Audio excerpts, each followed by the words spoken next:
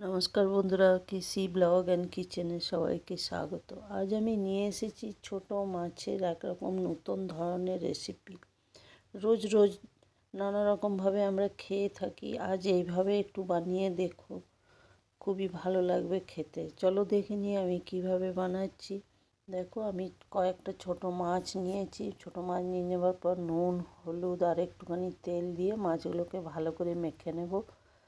মেখে নিয়ে আমি 5-10 মিনিটের জন্য ম্যারিনেট করে ওইদিকে রেখে দেবো। তারপর এইদিকে একটা কড়াই চড়িয়ে সর্ষের তেল দিয়ে দিলাম। সর্ষের তেলটা খুব ভালো করে গরম করে নিতে হবে হাই ফ্লেমে। তারপরে লো টু মিডিয়াম আছে মাছগুলোকে ভেজে নিতে হবে। সমস্ত মাছগুলো আমি ভেজে নেব। তোমরা তো নানা রকমভাবে মাছের রেসিপি বানিয়ে থাকো, একদিন এইভাবে বানিয়ে দেখো, খেতে ভীষণই ভালো লাগবে। আর গরম ভাতে তো খুবই ভালো লাগে মাছ। তারপর দেখো, সমস্ত মাছগুলো আমি উল্টে পাল্টে খুব ভালো করে ভেজে নিলাম। এইগুলো কিন্তু একদম টাটকা মাছ, সেই জন্য একটু হয়তো বেশি টাটকা মাছ হলে আবার একটু ভেঙেও যায়। তারপর দেখো, ওই কড়াইয়ের মধ্যে আমি একটুখানি সর্ষের তেল দিয়ে দিলাম। সর্ষের তেল দিয়ে দেওয়ার পরে দেখো, আমি 5 ফোড়ন আর একটা লঙ্কা এটার মধ্যে দিয়ে দিলাম। দিয়ে দেওয়ার পরে একটা বড় সাইজের পেঁয়াজকে আমি খুবই ছোট করে কেটে রেখেছি, সেটাও আমি এই তেলের মধ্যে দিয়ে দিলাম। দিয়ে দেওয়ার পরে দেখো, এটা খুব ভালো করে ভেজে নেব পেঁয়াজটা উল্টে পাল্টে।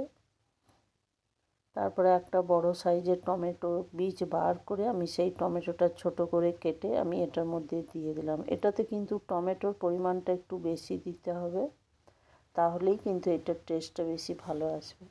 তারপর দেখো, এটার মধ্যে আমি কিছুটা নুন দিয়ে দিলাম। নুনটা দিয়ে দেওয়ার জন্য পেঁয়াজ বা টমেটো দুটোই নরম হয়ে গেছে আমার। দেখো, একদম টমেটোটা গলে গেছে পেঁয়াজ দেওয়ার জন্য।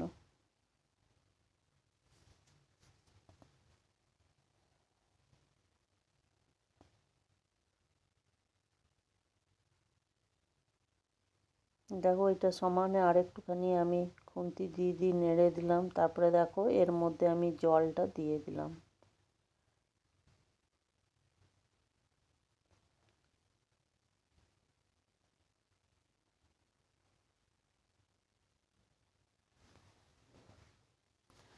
জলটা দিয়ে দেওয়ার পরে দেখো, আমি এর মধ্যে 1 চামচ হলুদ দিয়ে দিলাম। হলুদটা দিয়ে দেওয়ার পরে জলটা যখন ফুটে উঠবে বা ঝোলটা যখন ফুটে উঠবে, তখন আমি যে মশলাটা আমি করে রেখেছি এর মধ্যে আমি 1 চামচ জিরে, 1 চামচ সর্ষে, 1 চামচ পোস্ত, 2টো কাঁচা লঙ্কা দিয়ে আমি এই পেস্টটা করে রেখেছি। এই পোস্ত দিলে কিন্তু মাছের ঝালের টেস্টটা একটু বেড়ে যায়, সেই জন্য পোস্ত থাকলে অতি অবশ্যই দিও। তারপরে দেখো, ঝোলটা আমার পুরো ফুটে গেছে। ফুটে যাওয়ার পরে আমি একটুখানি নেড়ে চেড়ে দিলাম ঝোলটা। তারপরে ওইদিকে যে মাছগুলো আমি ভেজে রেখেছি সেগুলো আমি এই ঝোলের মধ্যে দিয়ে দিলাম।